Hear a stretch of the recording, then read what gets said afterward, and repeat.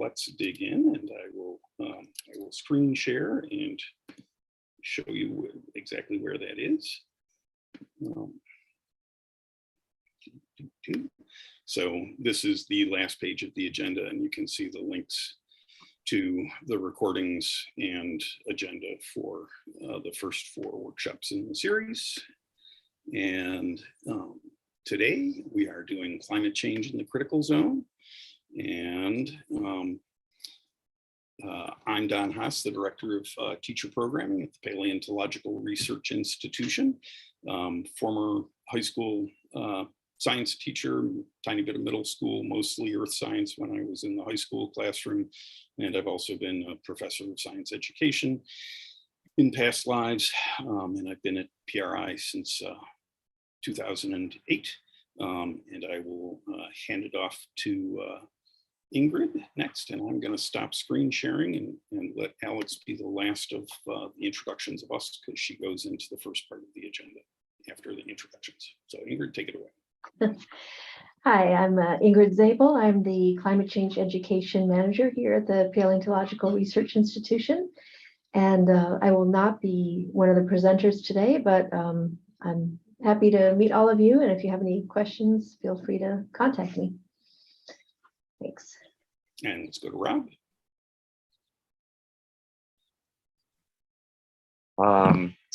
My name is Rob Ross, and I also will not be presenting to you today, but I'm happy to be here, and I'll be working in the background. We'll get an exit survey ready for this workshop, and I work with these other folks in climate change education and a variety of Earth system science education.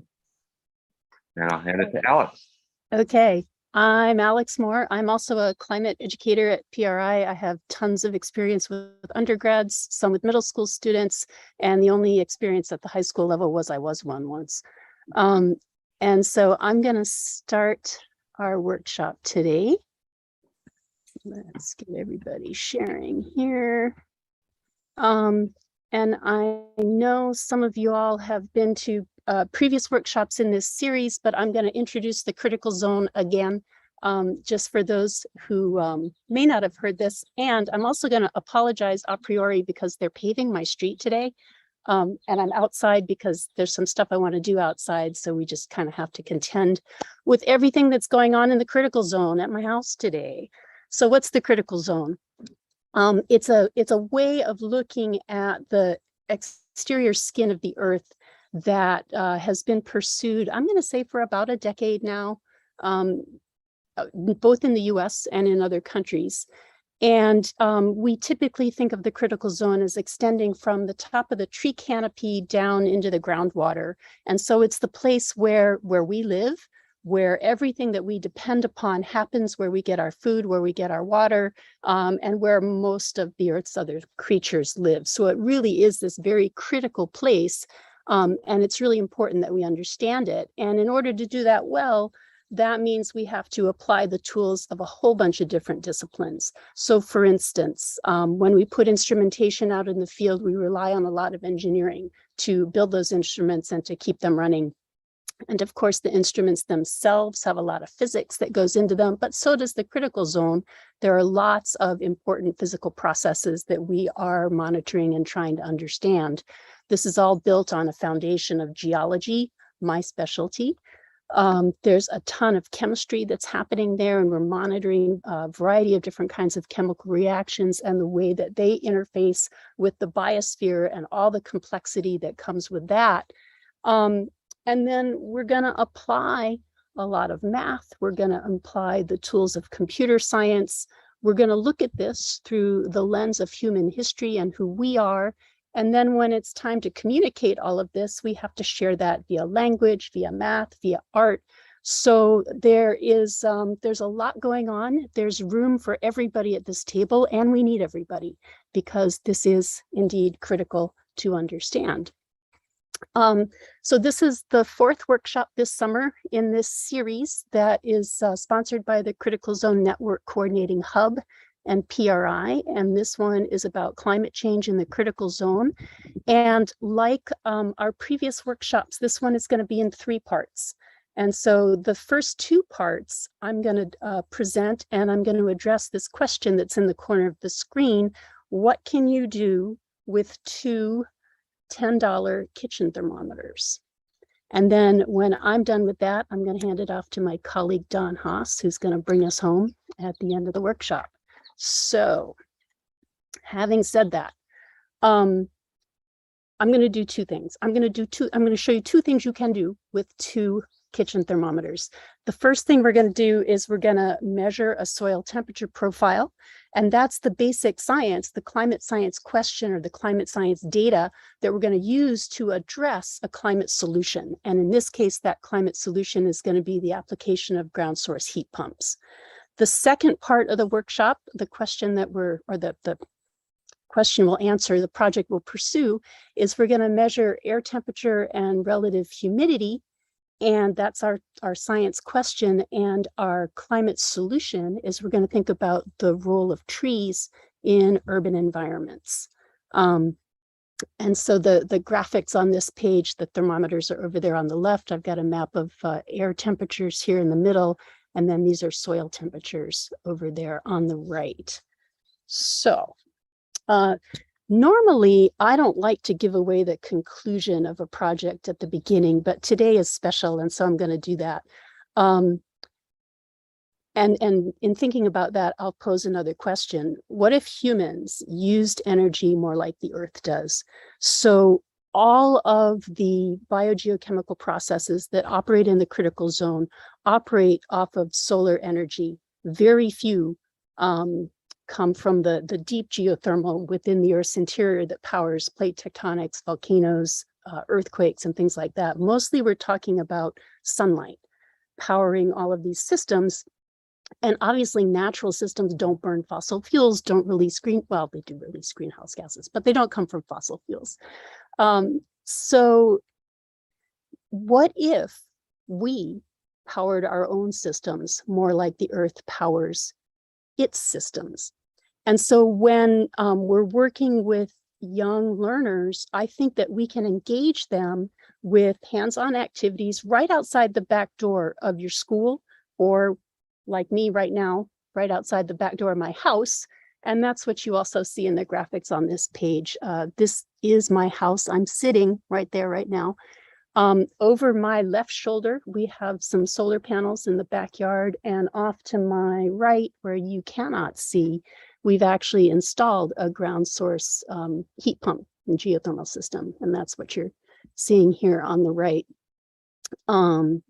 So did you know that the sun provides as much energy to the Earth every hour as all human communities use over the course of a year? So there's a tremendous amount of solar energy that's available to us, and it's that solar energy that is going to provide us with the energy that we need to extract from the shallow subsurface in order to use these ground source heat pumps. In order to understand that energy and the energy flux through the surface, we're going to measure a very short soil temperature profile. And so the first thing we're going to do is we're actually going to do that. And then I'm going to show a little 5-minute video that kind of goes through that whole process again and extends it in ways that I can't do sitting right here. So the first thing is, let's do this. So here's my kitchen thermometer. It's a little metal stem digital thermometer. I don't know if you can see, we're reading an air temperature of 80 degrees. Can you all see that? Sorry, my hand's shaky. And I'm going to just go put it in the ground right behind me. So I'll put that there.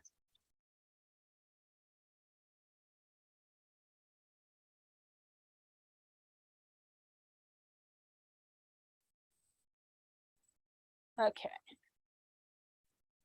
That's going to take a minute to equilibrate. So while it's doing that, I'm going to ask y'all to make a hypothesis. So do this in the chat and tell me, do you think that the soil temperature at a depth of about 5 inches, what do you think it's going to be? Put it in the chat. You can put a number. You can just go qualitative, say same, more or less, whatever. But go ahead and take a stab at this before we actually take a look at the answer. And I, of course, don't have the chat open, so I can't see what's going on here. 5 degrees cooler, slightly less, 5 about the same, maybe a bit. Okay. Cooler. All right. Everybody thinks it's going to be cooler. Where do I live? I'm in upstate New York right now. And the slides are in the agenda. Okay, so I'm not going to drag my computer over there. What I'm going to do is I'm going to turn my phone on and just take a picture of the thermometer so that we can see what it's reading.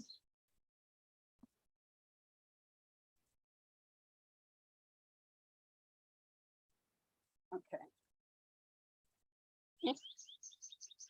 You ready for the answer? It keeps, stupid thing, it keeps wanting to turn. Sorry, I'm not smart enough to hold this steady for you. You might have to look at this sideways. All right, can you see what it says?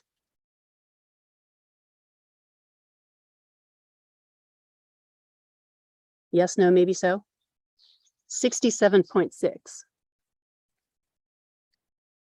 All right, so everyone who said a little bit cooler, you are correct. Okay, so let's carry that thought forward, and I'm gonna,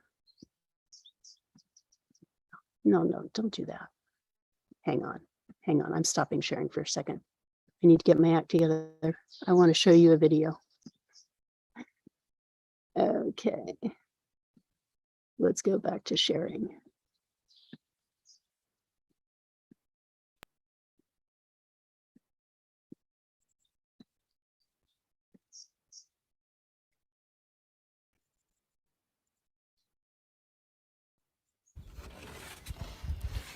Hey, welcome to the greenhouse. I'm Alex. Today we're going to talk about solar energy stored in the soil. Come on. Sunlight powers so many things that happen on the earth.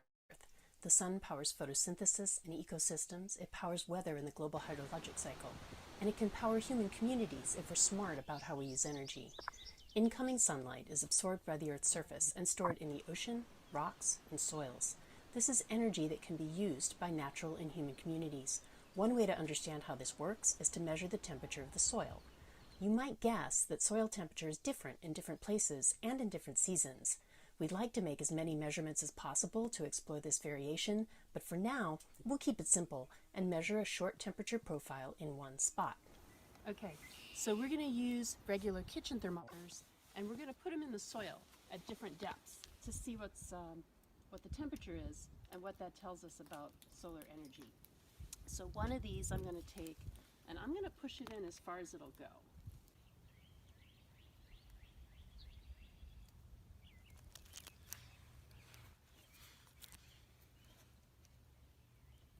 All right. The second one we're going to put in to a depth of about 1 inch. And then the third one we're going to leave out so that it can give us the air temperature. So here's our air temperature, 32.7. Here's the temperature at a depth of about 1 inch, 37.46. And here's the temperature at a depth of 6 inches, 41.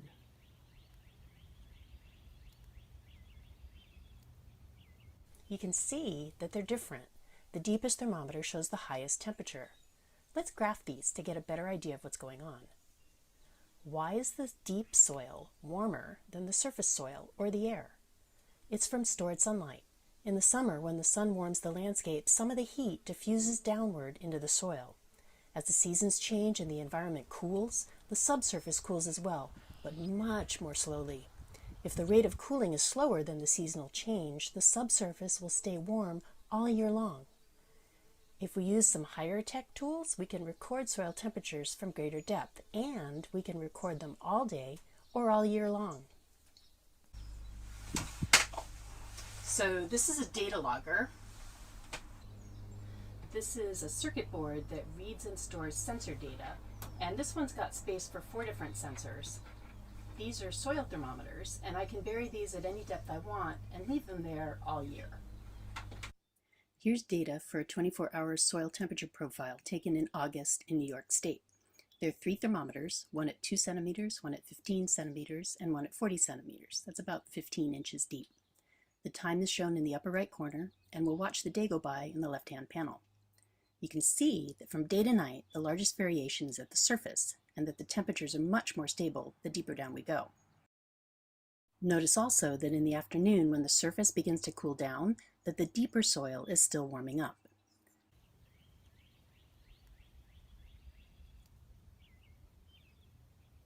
The fact that the subsurface has a very stable temperature year-round is really important for natural ecosystems and for human communities. Soil temperatures that never drop below freezing, even in cold environments, mean that the roots of plants can make it through the winter without freezing, and animals that hibernate underground can also make it through the winter. And think about this. In summer, if the ground is always cooler than the air temperature, and in winter it's always warmer, isn't that exactly what we'd like in our homes? What if we brought that warm soil energy into our heating system in the winter, or enjoyed the cool subsurface temperature in the summer? We can take advantage of that stable subsurface temperature for summer air conditioning and winter heat. We'll talk more about that in another video, but think how much energy we could save if our houses and our communities were set up to take advantage of solar energy stored in soil. All right. So, I need to go backwards. Okay, here we go. All right. So let's take a closer look at some of those data. And here we have in the center panel, this is a soil temperature profile.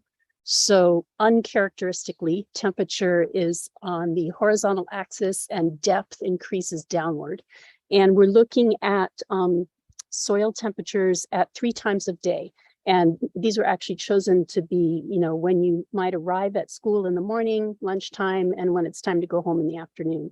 And so what you can see, actually, I'm not going to tell you what you can see. You can tell me. But before I open it up, look at the right-hand panel. Here's a time series. All right. So now temperatures on the vertical axis and 24 hours in a day are on the horizontal axis. So go ahead and you can unmute and just make some comments about these data. What do you observe? What seems important?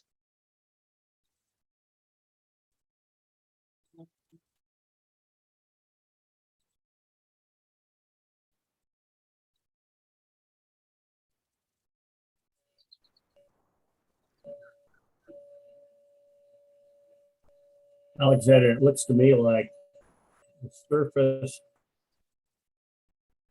changes a great amount. I know when I looked at geothermal for my house, they wanted a constant, I believe, 57 degrees at the location, which means they would go down like kind of like in the red zone probably, and look for that temperature. I don't know where's the temperature over here. See, if that's Celsius. Yeah, so 57 would be like 12 degrees Celsius.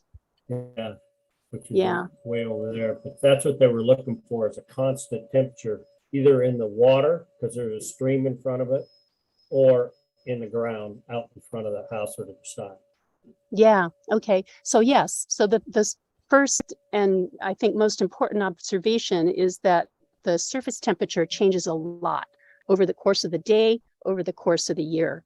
And so, but as we go downward, again, because the surface is heated by the sun and that energy is diffusing downward, the temperatures become much more stable. Take a look at the graph on the right, the time series graph. What do you notice about when the temperature max and mins are at those 3 different depths? Blue is shallow, green is medium, and red is the deep one in this graph. What do you see?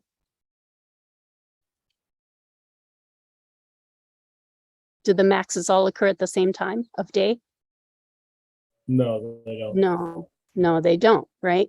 The surface warms up the quickest, and there's a delay, a phase lag, as we go deeper and deeper. So these two things that we just looked at, the large amplitude at the surface and the phase lag in the response, are characteristics of diffusion. All right. And so we're seeing that energy diffusion in these data. If the geothermal, is it Keaton? Your name is so tiny. Yeah. If they were looking for a constant temperature at 57 degrees, I'm guessing you live pretty far south, am I right? Yeah, south of DC. Okay, Kind of yeah. central. Yeah, that house is by Blacksburg, by Okay. Virginia Tech. So here's a whole year's worth of soil temperature data. So again, it's a time series. So we've got the months of the year on the horizontal axis, and we've got temperature in Celsius on the vertical axis. And there are 5 different depths on this graph. The deepest is 100 centimeters or 1 meter in the blue here. And then the shallowest is at 5 centimeters. And that's the bounciest of the data. And what's interesting about this, when you look at that variation over the course of the year, it actually fluctuates right around the average annual air temperature. And so when we're installing a ground source heat system, we're going to be looking for the depth where you find that average annual temperature. Up here in New York, it's 50 degrees. And they dug my yard up to about 6 feet deep to put the, excuse me, to put the external coils in there. So the other thing that you can see when you look at these data, in addition to having the whole year, fall right about that average temperature, when you look in the winter months, like over here on the left, you see that the deep temperatures are always warmer than the surface temperatures. And then when you come into the summertime, you can see that the deep temperatures are always cooler than the surface temperatures. And as we said, that's exactly what we want for heating and cooling our home. Here's the air temperature just for fun, and you can see how much noisier the air temperature is. These data here actually come from a national network of soil temperature monitoring. It's the Climate Reference Network, and this is a map of where all the stations are. So if you're interested in looking at these kinds of data with your students, you can find whichever station is closest to where you are. This is us here in Ithaca. And you can actually get this data, or you can look at it. Some of the regional climate centers present it as maps. But I think it really is very powerful to just go outside and take a look at how your soil changes over the course of the day, over the course of the seasonal change, and then think about how we can take advantage of that. And at my house, we've had this geothermal system in place for 10 years now. It is absolutely awesome. Even in the coldest upstate New York winters, it does not fail me. And so for every kilowatt of electricity we put in to run the pumps and circulate the fluid through the system and then compress it, we get out between 3 and 4 kilowatts of energy. So it's a fantastic way to heat the house in summer, to give us air conditioning, the other way around, to heat the house in winter, to give us air conditioning in the summer and hot water all year long. So if we as human communities behaved more like the Earth does, we would be much more efficient and have a much smaller footprint on our planet. And the basic information that we need to understand and implement that is what the temperature structure of the shallow subsurface looks like. Okay, so I'm going to go back to the original question I posed and move into the second part of this workshop, where we're going to take the same thermometers, and now instead of sticking them in the soil, we're going to turn them into a Sling Psychrometer so that we can measure.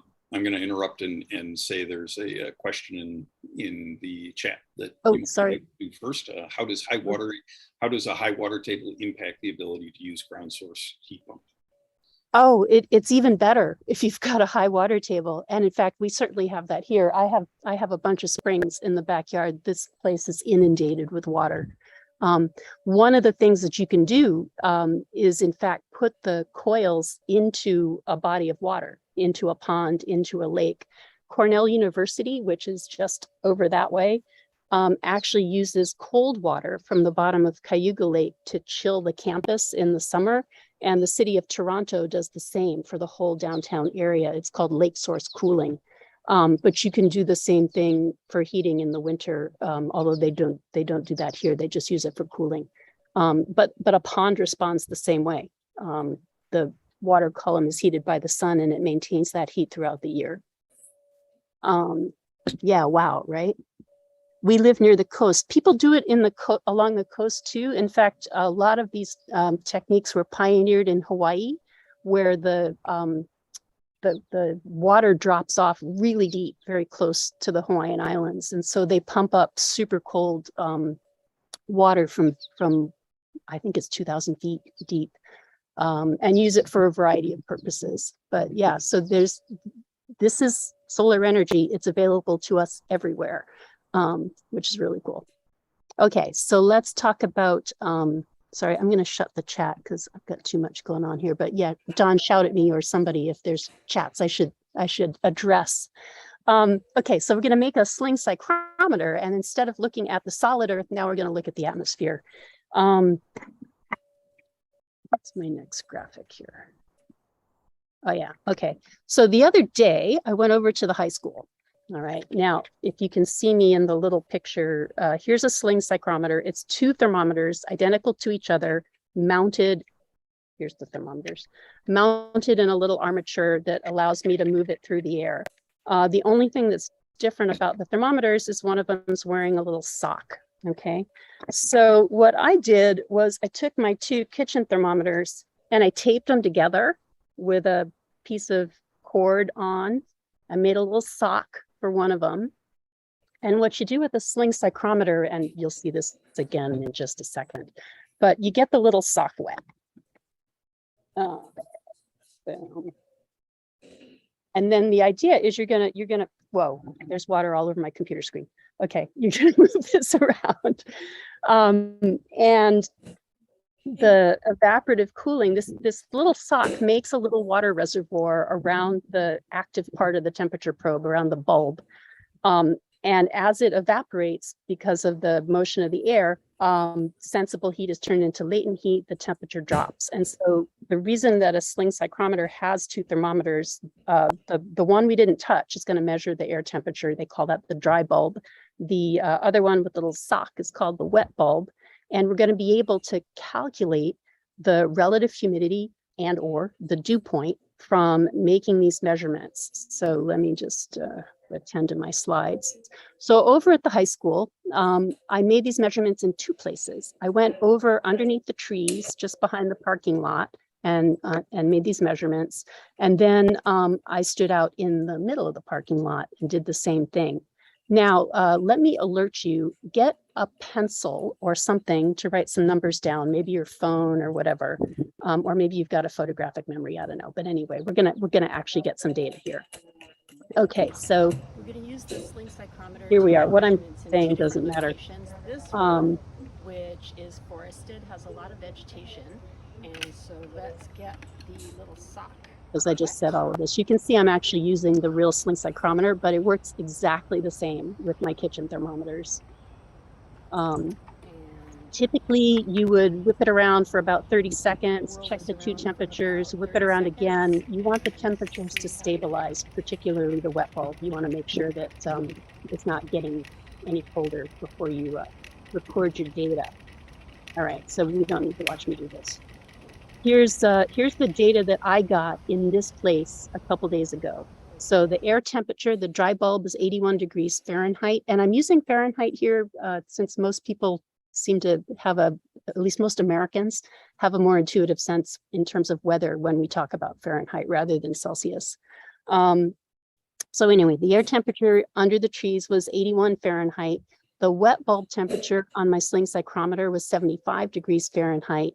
And it so happens that I also took an infrared thermometer with me out on this little experiment.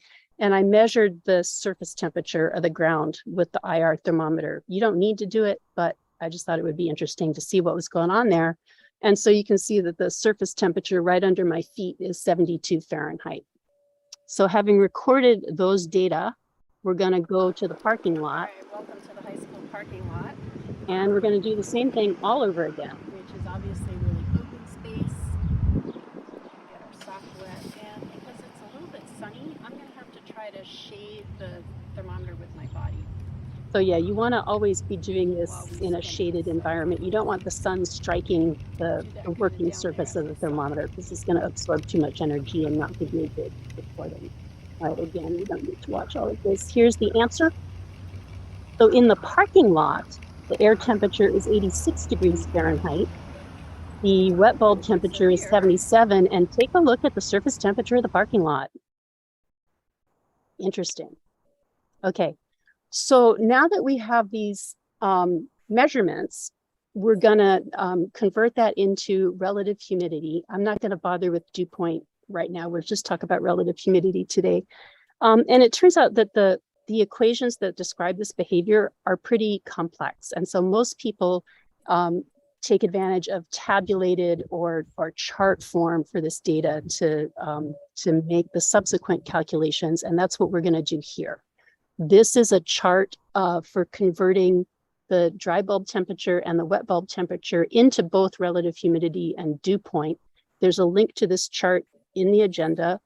I'm going to try to make it bigger for you. Can you all actually read those numbers, or do I have to read them to you? I think we can read them. You can read them? Okay. So take the numbers that I told you to write down. In fact, I've put them over here in the corner for you in case you didn't write them down. And let's figure out what the relative humidity under the trees is with a dry bulb temperature of 81. Where's my cursor? That's going to be the first row. Here's your dry bulb temperatures. You're going to cruise over to the green value at 75. Here's the wet bulb temperature. So dry bulb 81 green, wet bulb 75 gives us a relative humidity, which is the red number of 76%. Okay.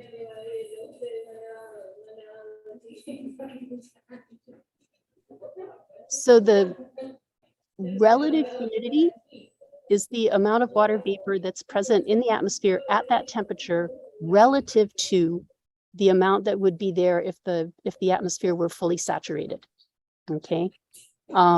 So our relative humidity under the trees is 76. If we go to the parking lot where we have a dry bulb temperature of 86, go across this row to our wet bulb at 77, and you can see that the relative humidity in the parking lot is 67%. Okay. We're going to talk about what that means in just a second, but you know that people say, oh, it's not the heat, it's the humidity. Weather forecasters and climatologists have devised a metric called the heat index that includes both the temperature and the humidity in determining what our bodies are going to experience, the kind of heat stress that we're going to experience if we're out in these conditions. And so for those two data sets, here are the two heat indices. This is in the trees in the shade. We have a heat index of 86, and out in the parking lot, we've got a heat index of 94. And you can see that's in the extreme caution zone if we were going to be doing strenuous activity for prolonged periods in the parking lot. Okay, so clearly we have a very different microenvironment under the trees than we do out in the parking lot. And that arises because trees are doing two things. First, they're casting shade. All right, that's the obvious thing that they're doing. They're blocking the sunlight. They're preventing it from hitting the land surface. It's not absorbed. It's not re-radiating. It's not going into warming the atmosphere. So that's the first thing that trees do for us to reduce the temperature of that microenvironment. And they can reduce it, you know, maybe by around 20 degrees on average over large areas, okay? The other thing that the trees are doing, and this is also important, is they're transpiring water. Okay, and they're converting that sensible heat into latent heat, and that is being moved out of the environment. And so that transpiration is also cooling the environment under the trees. And we see that in the higher relative humidity under the trees as opposed to out in the parking lot. The third thing that trees do is they indirectly improve the climate, because if our local microenvironment is cooler, we're gonna, run the AC less often, burn less fossil fuels, and take actions ourselves that are gonna help bring the climate back down to where we can tolerate it a little bit better. These data are from this paper that I've cited here on the bottom. And again, that's linked in the agenda. When I went to look at it, it was not behind a paywall for me. So hopefully you can see it too. And I think it's pretty accessibly written. This is a figure from that paper where we did our measurement in one place, in the high school parking lot. Here they've got some data from a larger area. So they're in the city of Arlington, Massachusetts. And on the left-hand part of this graphic, they've classified the land surface by what's happening there. So we've got open land, yellow, we've got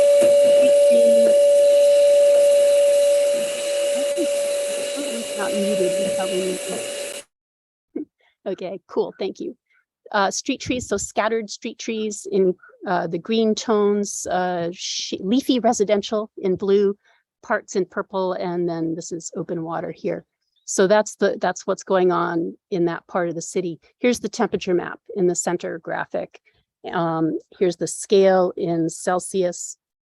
And so you can see that the parks are cool.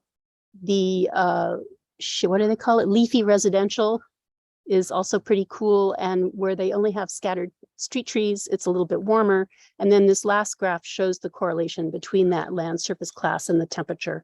So the street trees have the lowest canopy cover and the highest temperatures. You go through the leafy residential and down to the parks. Okay.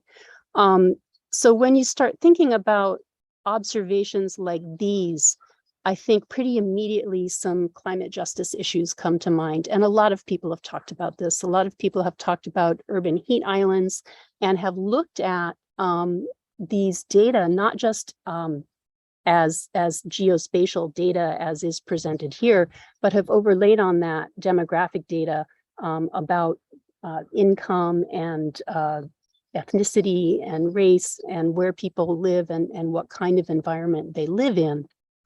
And here are two just screenshots from Google Maps. These are from Washington, D.C. The left side here is in the northeast part of the city. You can see we're on 13th Street Northeast.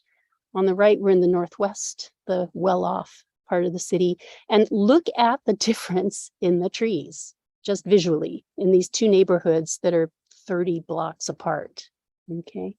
I'm going to jump out of this for just a second and show you a website. This is a group called Tree Equity, and they have for many urban areas across the United States have calculated tree equity scores for all of the neighborhoods in the cities that they've taken a look at. And so, for example, you can mouse around. And I'm going to click on this neighborhood here. We're in Washington, D.C. You see, here's the square boundary of Washington, D.C. And here's a neighborhood in the Northeast. And so this place has a tree equity score of 73 based on the metrics that they use to define that. And you can see what some of those indicators are over here on the left. We have the fraction of people in this census tract who are people of color. We've got their unemployment fraction, health index, the surface temperature, poverty level, how many seniors, how many children, and there's a whole bunch of menus here. You can actually change those parameters. But just to kind of, and here's the current canopy cover, 18%. So to give you a sense of that as opposed to someplace over here, where we've got a tree equity score of 100, you can see that those demographics change substantially. Okay. So thinking about urban green space is really important when we look at people who are subject to increasingly warm temperatures. Okay. And a lot of cities are thinking about this. Paris, where I spend a lot of time, I think is one of the global leaders on that. They are looking to plant 170,000 trees in the next 8 years. And they're completely reimagining what the city looks like and what the public spaces look like and what the services are for the people who live here. The top two images in this graphic are, artists' renditions of what the city's going to look like with all its new trees. This one down here is a Google Street View right in front of the city hall. And that's what it looks like now with a big open paved plaza. And here's the conception for what it's going to look like 8 years from now. Okay, so back to my original two questions. What can you do with 2 kitchen thermometers? Well, first of all, we can explore the climate science in 2 very important areas of the critical zone, the atmosphere that we live and breathe in, and the shallow subsurface that's directly beneath our feet. And at the same time, by having students gather their own data, we hope to be improving numeracy skills, graphical analysis skills. And then we're going to apply those data, or at least think about how they apply to climate solutions that are going to improve human health and help us to construct some sustainable communities. So I think that's the last of my slides, and I'm gonna just say unmute if you've got questions, or put them in the chat and we'll take a few questions. And then after that, I'm gonna yield back to the gentleman from Buffalo. One question that I got in a direct message is that it doesn't look like there's a link to your slides in the agenda. Can you make sure that gets stuck in there? There is, it's in each little section. Oh, is that article behind a paywall?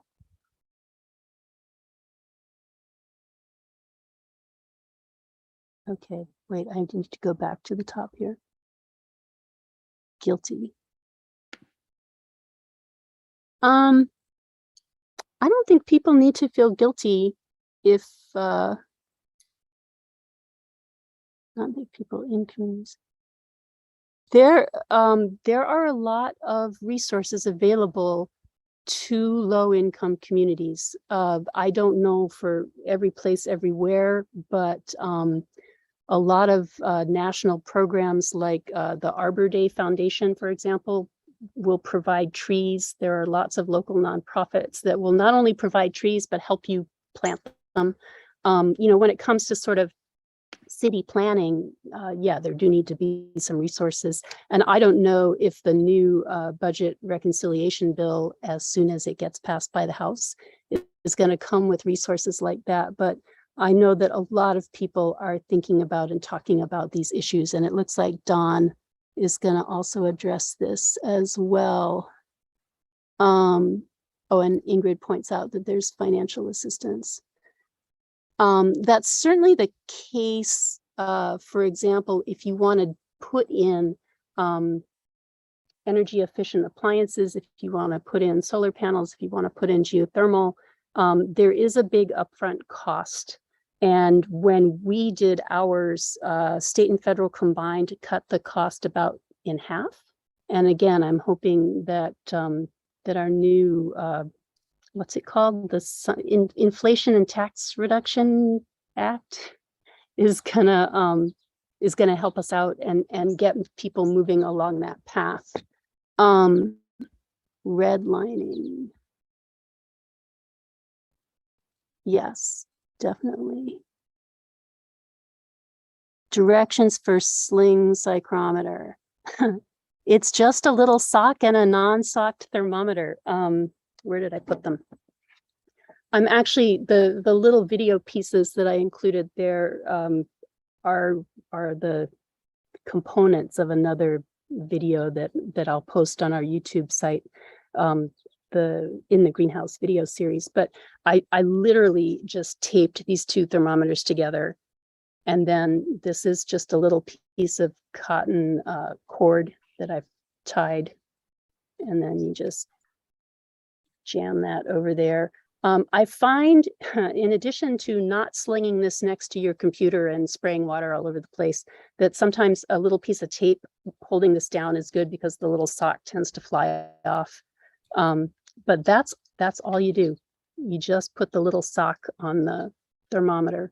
The drier your atmosphere, the larger the temperature difference is going to be, and you may have to re-wet the little sock if it doesn't stabilize.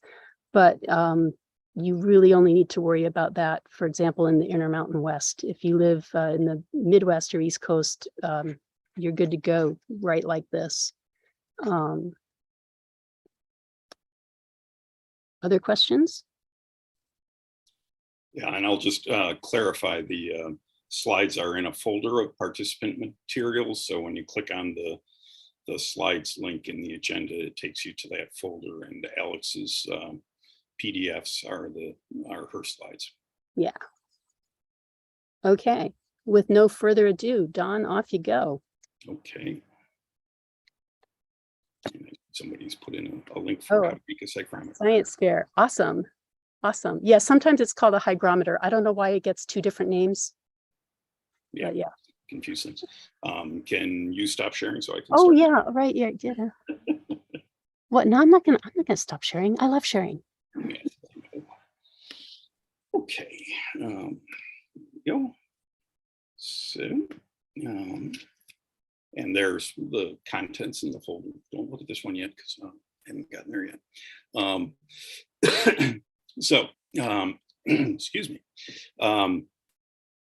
So I'm going to start us off with a Zoom poll, but I've actually got that a little bit prettier in the slides, so in some slides.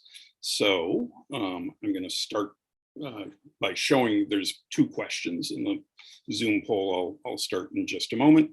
The first one is this: how much of Iowa's electricity was produced by wind turbines in 2021? And I'm spoiling that by showing the answer there, I see. So let me stop doing that. And the second question is, which correctly ranks the 5 largest sources of electricity in the US for 2020 from largest to smallest? And I will now open up that poll, or maybe let's see, there's the poll button. So here it comes. And so go ahead and answer those two questions. Everybody can see that now, correct? Yep. Great. So the answers are coming in.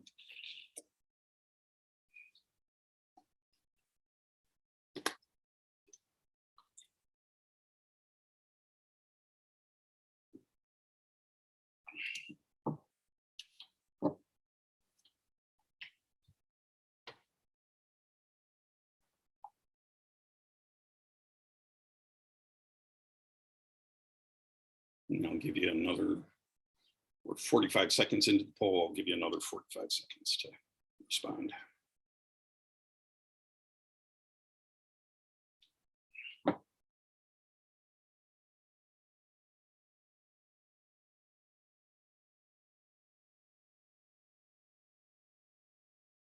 And I wish I hadn't spilled the beans on the first question.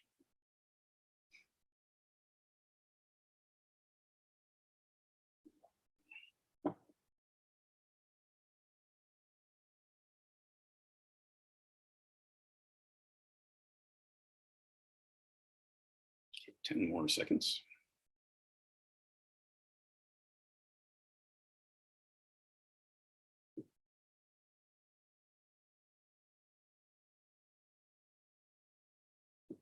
There we go. And I'll go ahead and share the results. And I'm sort of wondering how many people would have gotten that first one right if I hadn't showed the answer. But it surprised me that Iowa got 58% of its electricity last year from wind turbines. I think that's really remarkable. The If second you've question, driven down I-80, you wouldn't be surprised. right. And of course, if you fly over Iowa, you can see it too. Iowa is the state with the largest percentage of its electricity coming from wind turbines. Texas is the largest producer on an absolute level, for which correctly ranks the largest sources of electricity in the US from largest to smallest. The answers are all over the place there.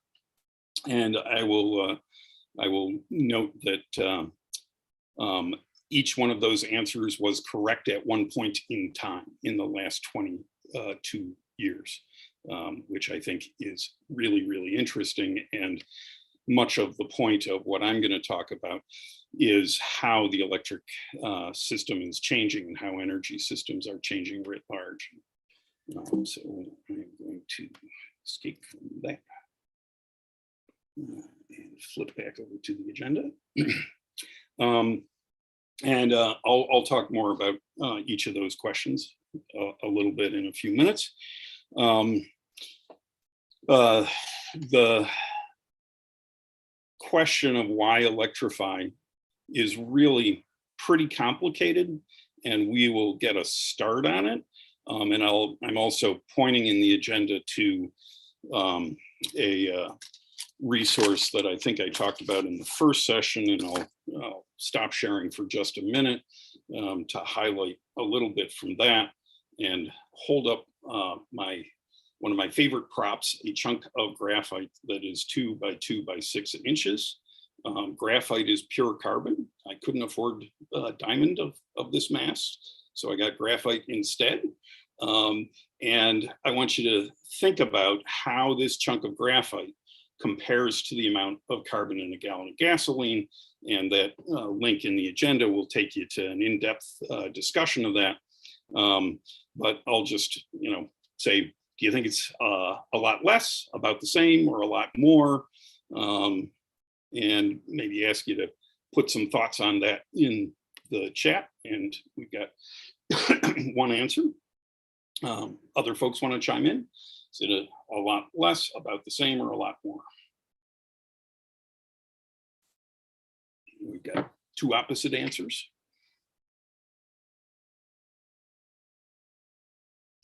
And lots of folks thinking it's more. This is, and I will, for the sake of time, I'll spill the beans. This is 1/3 of the amount of carbon in a gallon of gasoline. So I actually meant to order a 2 by 6 by 6 inch block, and I ordered a 2 by 2 by 6 inch block. So this is 1/3 of the amount of carbon in a gallon of gasoline. There's 5.5 pounds of carbon in a gallon of gasoline. A gallon of gasoline weighs about 6 pounds. Every time you burn a gallon of gasoline, you're putting 3 times this much carbon into the atmosphere. In the US, we are currently burning 370 million gallons of gasoline a day, more than a gallon per person for every man, woman, and child in the country. And holy cow, that should give us pause. That's the very short version of why we need to move to electrifying everything, is because we are still getting the overwhelming majority of our energy in the United States from fossil fuels. About 79% of our energy last year came from fossil fuels, and those fossil fuels are dumping carbon into the atmosphere, and that is changing atmospheric dynamics. And we need to figure out how to generate energy or use energy without putting carbon into the atmosphere, or figure out a good way to pull carbon back out of the air. And there are some ways to do that, but not at the scale we need to. And so that's a very quick answer to the question of why electrify. And we're going to now flip back to screen sharing. And we're going to take a look at some resources related to figuring out where your energy comes from. And it's sort of a snarky version of the question I want us all to think about is, can we make informed decisions about how to change our energy system if we don't know where we get our energy from now? There's maybe more polite ways to ask that question and get at the same stuff, but I think that kind of gets us digging in. And most of us don't have a good handle on where our energy comes from. So we're going to take a look at the Energy Information Administration's US state profiles map. And I noticed nobody from South Dakota registered, so we'll use South Dakota as an example, and glad to see all those folks from Virginia in the registration list. This map is, in my opinion, super cool, though slow to load right now. There it is. So you can click on any state from this link and go to an impressive set of information about that state. And I've got South Dakota open as one of those windows, but it's I can't tell because they all have the same label. So here is South Dakota. And I chose South Dakota for two reasons. For one thing, nobody registered from South Dakota, so I figured I wouldn't be spilling beans on your state as we dig around. And there were some things that surprised me about South Dakota. So this map is an interactive map of the energy system in the United States. So you can find out about what's the energy going on in wherever it is that you live. And it's got some nice quick facts about each state. One of the things that struck me is that renewable energy resources provided 82% of South Dakota's total utility scale net generation in 2021, and wind surpassed hydro for the first time and amounted to about 52% of total generation, the second largest share among states after Iowa. And third was Kansas, which is at 45%. So what I'm going to click around a little bit and show you what's here as a start, and then I'm going to have you click around on your own state and maybe share some things that you found interesting. So it has this section below the quick facts with 5 tabs about consumption by source, by sector, production, electricity, and prices. And you can see that the biggest energy source in South Dakota is natural gas. That's true in a large number of states, and that is true for the US writ large. And you can see what it's used for, and you can see what's produced in South Dakota, with biofuels being the largest and non-combustible renewals being the second largest. And looking at electricity, non-hydro renewables hands down the largest part of South Dakota's generation, and that, as noted in the quick facts above, is largely wind. Then you can explore around on the interactive map, which I'll go to full screen, and I'm just basically going to introduce this and not dig in too much. And it took off the state mask. And you can click on anything here, and you can also turn on and off different layers. So I'll click off all the power plants and all the coal mines, or all that many coal mines, and you can see that we've got a lot of ethanol plants there as well. And if we want to just look at the solar facilities, it's loading. There's all the solar facilities, not a huge number in South Dakota. And you can click on that and it'll take you, it'll give you the option to go to the electricity data browser, which we'll do as well.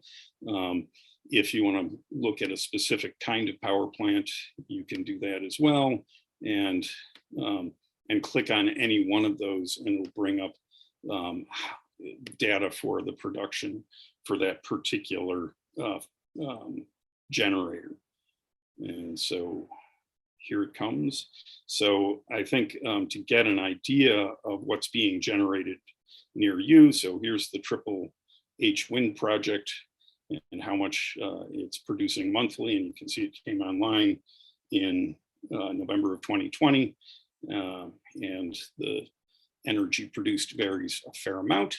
And what I'm going to do now is say, just go and take a look for, it's 3:03. Let's give you until 3:08 to just kind of explore your own state and think about what's surprising and what you already knew. And I'll copy that link and put it in the chat too. But it's right there in the agenda. And oops, it's interesting. And so till 3:08, and be ready to share something. I might have you shout something out, but if you want to just put a note in the chat, you can do that too, and play around.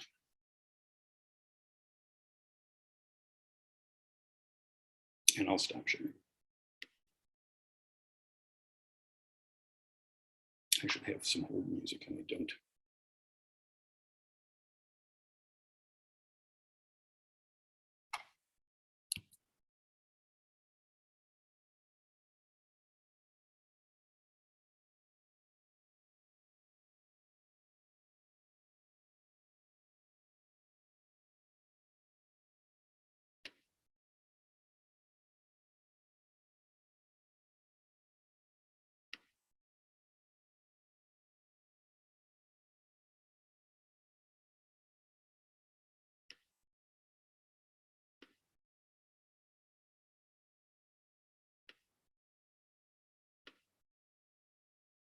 Don, does it rescale the little graphics, or is that just my crummy internet that doesn't rescale the little graphics when you zoom in and zoom out? It takes a minute. It's a little slow to rescale, Okay. All but right. it will do it.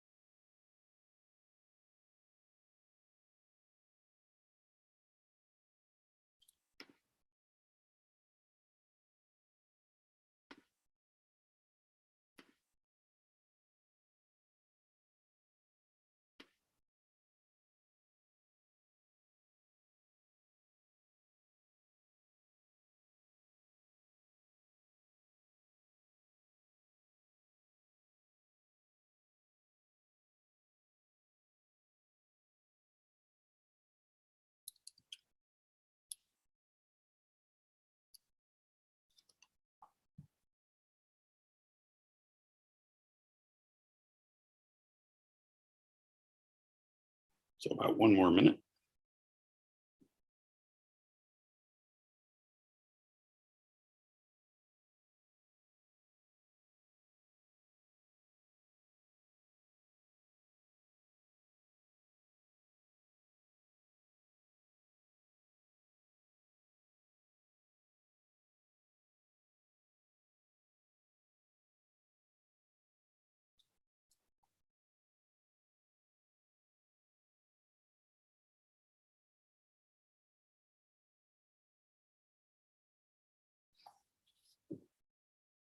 Ingrid notes it's interesting how different South Dakota is from its neighboring North Dakota. And you can stick some comments in the chat, or in a minute we'll, if anyone wants to speak up and unmute themselves, we'll do that. And my clock has just clicked over to 3:08. Yeah, and there is a massive amount of stuff there, so it can be slow to load. Linda noted, I discovered that it's nearly impossible for me to navigate the map the way I intend to with this bleeping trackpad.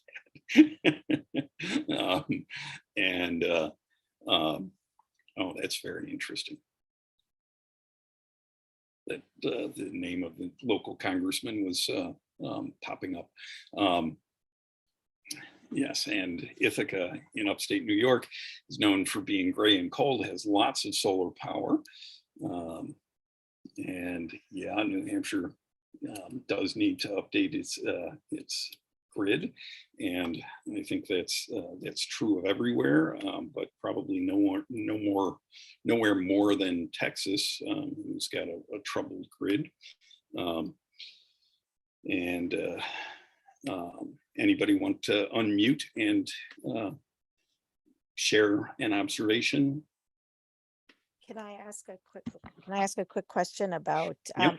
so in New Hampshire, like South Dakota didn't have this, but there was like another part of the graph that was, let me see if I can find it. Sorry, because I was playing around with the map and getting all confused.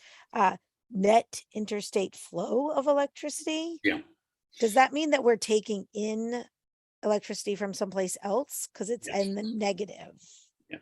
Yes. Yeah. Okay. Yep. So either from Vermont or Maine or Massachusetts, we're pulling electricity in. Okay. Yeah. Yep. Or from Quebec. Oh, yes. Could be Okay. from Quebec. True. Yeah, Okay. in Quebec, we do get a lot of, in the Northeast, we get a fair amount of electricity coming down from Quebec. As Alex noted, I'm in Buffalo, and I am 30 miles away from the largest hydro plant east of the Mississippi in the US at Niagara Falls. And that's also the largest power plant in New York State. And I'm gonna share again, and just to take a look at a couple other things. One sort of tricky thing that can be deceiving is seeing all of that solar stuff.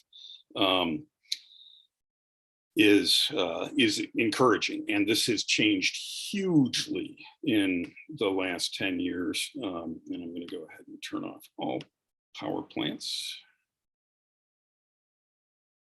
Maybe. This has changed hugely in the last few years, but it's also really important to pay attention to the size of the plants you're looking at. When slow. Actually, maybe I'll ask one of my colleagues to put the link to our online exhibit on climate and energy that allows you to compare a similar map based on the same data from, I forget which years we have in the exhibit. To any of the climate team folks? There's two different years. 2019 is one of them. I thought it was 2018 and 2007, but Yeah. Oh, that might be, yeah. Yeah, so you can switch on that. So if one of you could put that link in there, that'd be great. And I'm going to remove all layers and then turn some back on. And hopefully this won't take forever. But the solar plants that are everywhere are mostly pretty small in terms of total generation. And if you've still got coal-fired power plant, which there aren't any more operating in New York State, and that's true of a fair number of states and a growing number of states, then it's a little confusing to just look at the map without actually clicking on stuff to see information about what those different things mean. And I'm going to get the layers out of there. So I have just turned on coal plants, solar plants, and hydro plants. And I'm going to click on the wrong one. This is in Lockport. Let me zoom in a little more. I'll try to. And the zoom has disappeared on me, which is a little confusing. That doesn't usually happen. Upper left. Oh, there it is. It moved on me.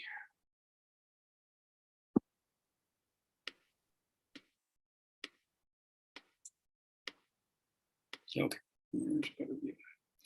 Okay, so if I click on the power plant at Niagara Falls,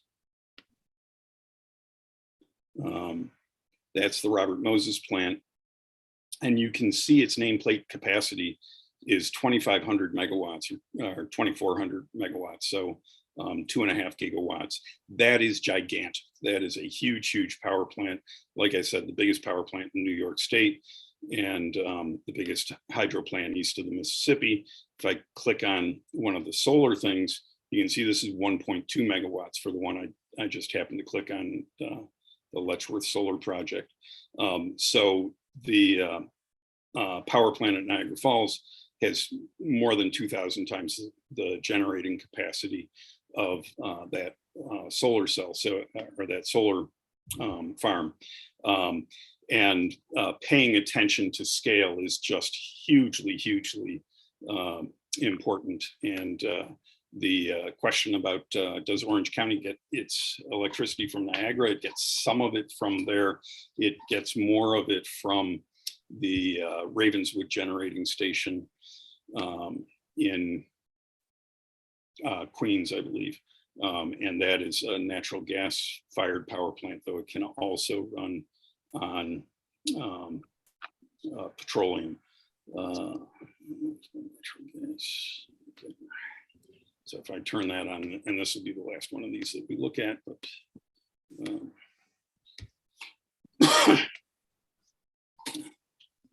and there's lots of natural gas plants in this around the city. Most of that coming from frack gas from Pennsylvania. And where am I? Where am I?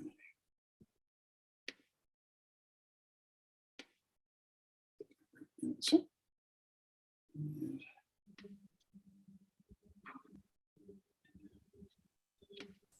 and it is a little difficult to navigate, so maybe I won't actually, oh, there we go. There we go. So I think this is the Ravenswood plant.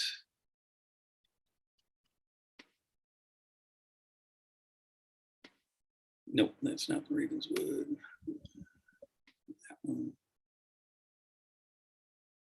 It's around there somewhere.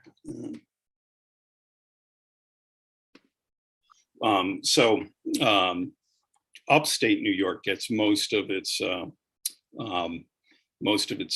electricity. There's the Ravenswood, which is again another one that's very similar in capacity to Niagara Falls, 2.4 gigawatts or 2,400 megawatts, 2,500 almost. So maybe it's actually producing more than Niagara Falls now.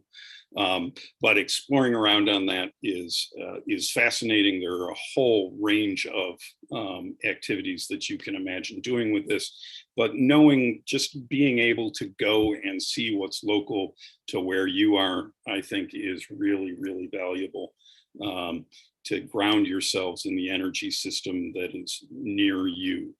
And I think that's what I'm going to say about that for the moment. We want to say a bit about how the energy system is changing, and this document is in that same folder that's linked from Alex's section of the agenda, and I will add it in a couple of minutes here. But I wanted to first, for one thing, come back to the poll question. And we've already answered one of the two poll questions. And now we'll go on to the second one. So there were the choices. The answers were pretty evenly spread. I think, if I remember right, number 3 was the most popular choice. Number 4 is correct for 2020. For 2020, in 2001, there's what the rank order was. And in 2010, you can see that natural gas had overtaken nuclear, and biomass had been overtaken by wind. By 2016, natural gas became the largest source for generating electricity in the US. And the others remained, that was just a swap of the top 2. In 2020, coal fell below nuclear. It wasn't so much that, it wasn't that nuclear gained capacity or gained generation, it was that coal fell below nuclear in 2021 and in 2020 rather, and in 2021, coal bopped back up just a little bit. And looking at that in the electricity piece of the Energy Information website, you can see how stuff moved around. So I made this animation from data on that site just from that graph. But you can see that back in 2001, that's what it looked like with coal at the top, nuclear second, natural gas in third. And this is just within 20 years or 22 years of data, that there's been a lot of movement, and especially that huge drop in coal production. And you can see that solar is rising fast. So our energy system has always changed fairly quickly, but it's changing very fast now in a movement away from fossil fuels that I'm hopeful will continue. And let's take a look here again. So this document gives you a bit of info, and I think it tells more than I kind of wanted to tell, and I'm of course out of time almost, but some really interesting changes in the energy system, though we're still at 79% of our electricity coming from fossil fuels last year. Electric vehicles now account for 5% of the new vehicles sold in the US. And at the time of peak coal consumption in 2007, coal produced almost 60 times as much electricity in the US as wind. In 2021, that ratio was 2.4 to 1, and solar has been explosive.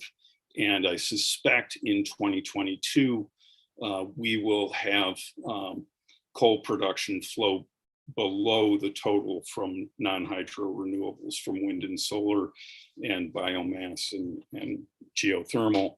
And in 2023 or 2024, I suspect wind and solar by themselves will be fairly far ahead of coal, but predictions are tricky. There's a couple of graphs here that come from the electricity data browser, and there's links to that. And some of the different graphs you can make, and there's that GIF I made. And I am going to stop sharing. I'll put that link in the chat and add it to the agenda as well. And take any quick questions before we wrap up.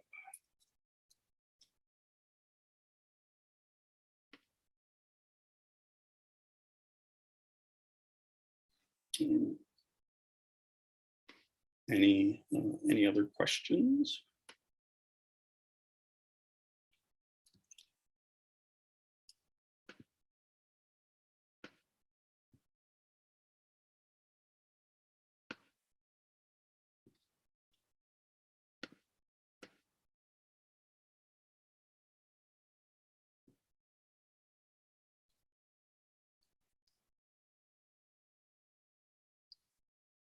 Okay, and I think we're going to point to the feedback form, which is here, and then from the agenda.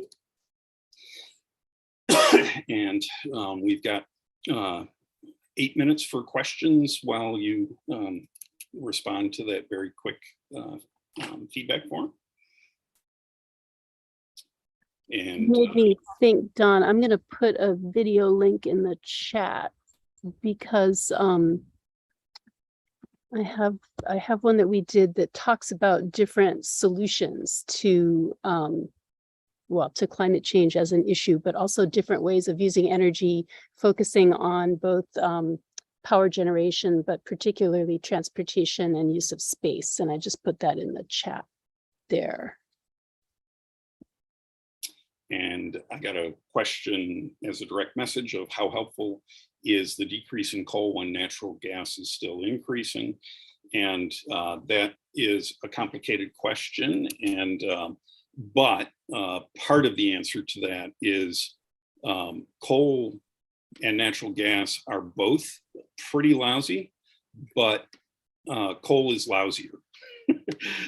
So a key idea about how the energy system is changing and the role that we ought to play in that is not so much, we overblow things and talk about good sources of energy versus bad sources of energy. The reality is that the only energy source that's good for the environment is the one you don't use. So if you're still using lots of energy, you are going to have some kind of environmental impact. But the nature of that impact is pretty different between different pieces of the energy system. This is looking at natural gas, which you can see has actually decreased between 2020 and 2021. So hopefully natural gas production is starting to reduce. And you can see coal has just plummeted over time. And that's great. And these are all coming up. So I think the key idea that we didn't talk about very much today is how to use less energy. And that is, I think, probably the biggest single thing that we can do is figure out how to use less energy. I do have an electric car. I'll point I put it out in the driveway so I could point to it. It looks pretty much like a car. And it drives pretty much like a car. It's got a 250-mile range in the summer in upstate New York and about a 200-mile range in the winter in upstate New York. And that's better, that's less bad for the environment than any car I've owned before it. But it's still bad for the environment. And we really need to think about how to not primarily focus on making cars more efficient, but making a transportation system that's more efficient than cars. Okay, and a couple more questions. There's a lot to process, yes. Is there a way to measure electric cars for efficiency or gas mileage, considering the second law of thermodynamics? We convert fossil fuels to electricity and then electricity to charge the car. That's two conversions. And that's a great question. There's, again, a lot of layers to that. One is that in upstate New York, we are not using very much in the way of burning things to produce electricity. Most of my electricity is coming from Niagara Falls. And we saw that in South Dakota, for example, they're getting most of their electricity from wind. And that is changing all the time. So that's an efficiency that's constant. The grid right now is constantly improving in efficiency, where a gasoline powered vehicle is not going to do that. A gasoline powered vehicle is going to become less efficient over time. And the electric system becomes more efficient over time. And the EPA rating equivalent on my Kia Niro, which is the same thing as a Hyundai Kona, is 136 miles per gallon for fuel efficiency. So that's and electric cars are more efficient at creating motion from their energy input. So there's a lot of layers to that question, but it's a great one to dig into. And I personally am a fan of complex questions. So. And I'll say too, that argues for a distributed power generation system. So I don't know if you can see over my shoulder, but the solar panels in my backyard are there. So this is a grid intertie system. So yeah, I am drawing electricity from the entire grid, but because of the way we power our home, we use very little. My electric bill in the summer is negative. So there are ways to be more efficient just by changing how we connect to things or how we connect things to each other. Yeah, and again, a lot of complexities there. When you make the grid more efficient or cleaner, less carbon intensive by taking a coal-fired power plant offline and replacing it with wind, all of the sudden you have made every electrical appliance used in all of the buildings being served, or all of the whatever being served by that electrical grid more efficient and cleaner. And that speaks to some of the complexity about whether it should be distributed generation or concentrated. And the answer is it's complicated. It should be both. There are aspects of distributed generation that make wonderful sense, and aspects of not distributed that make wonderful sense. I think a nice example is that in San Francisco, where the cable cars are run by cables, when you replace the electric motors that run those cables, with more efficient ones, all of the sudden you've made every cable car in San Francisco more efficient. And Don, let me answer a question in the chat about negative electric bills. Okay. What we have is called a grid intertie system, and it's sized so that it meets our average need over the course of the year. So what that means is in the summer, when it's sunny, we generate more electricity than we use. But in the winter, when it's not, we actually do pull from the grid. So the idea is that we net out at zero. So yeah, I do get electric bills that are negative, but I don't get the money back. I just get it credited so that come winter, that credit applies. I haven't yet actually seen them pay me, but it's supposed to net out at zero if you've got the thing properly sized. Oh, what's the total cost for all this stuff? Okay. The thing is, they've been in so long, I don't even remember. But I do know if you put in a ground geothermal like we have, you're out of the cost of the system is minimum $10,000 now. State and federal incentives will cut that in half. If you have a bigger house than I do, you need a bigger system, and that's going to cost more. But it's like everything. We took out a loan and we paid it off, and so this has been free to me for the geothermal for 5 years now. It pays back in the Northeast. It pays back quite quickly. Because it works amazingly well.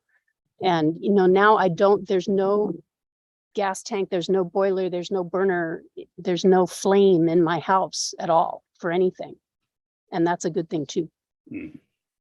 Yeah. I replaced my range with induction range. It's way more efficient and boils water faster than natural gas. And is cleaner. And the comment about, let's see, I forget exactly what, energy being use going up in New England, that's not actually true, because appliances, buildings, vehicles have all become more efficient in the last 20 years. In New York State, we are using, I think our energy use in New York State, and you can find this somewhere within the EIA site, peaked in about 2008, and we are back down to 1992 levels for energy use in the state. And emissions have fallen more than that because the grid has become cleaner.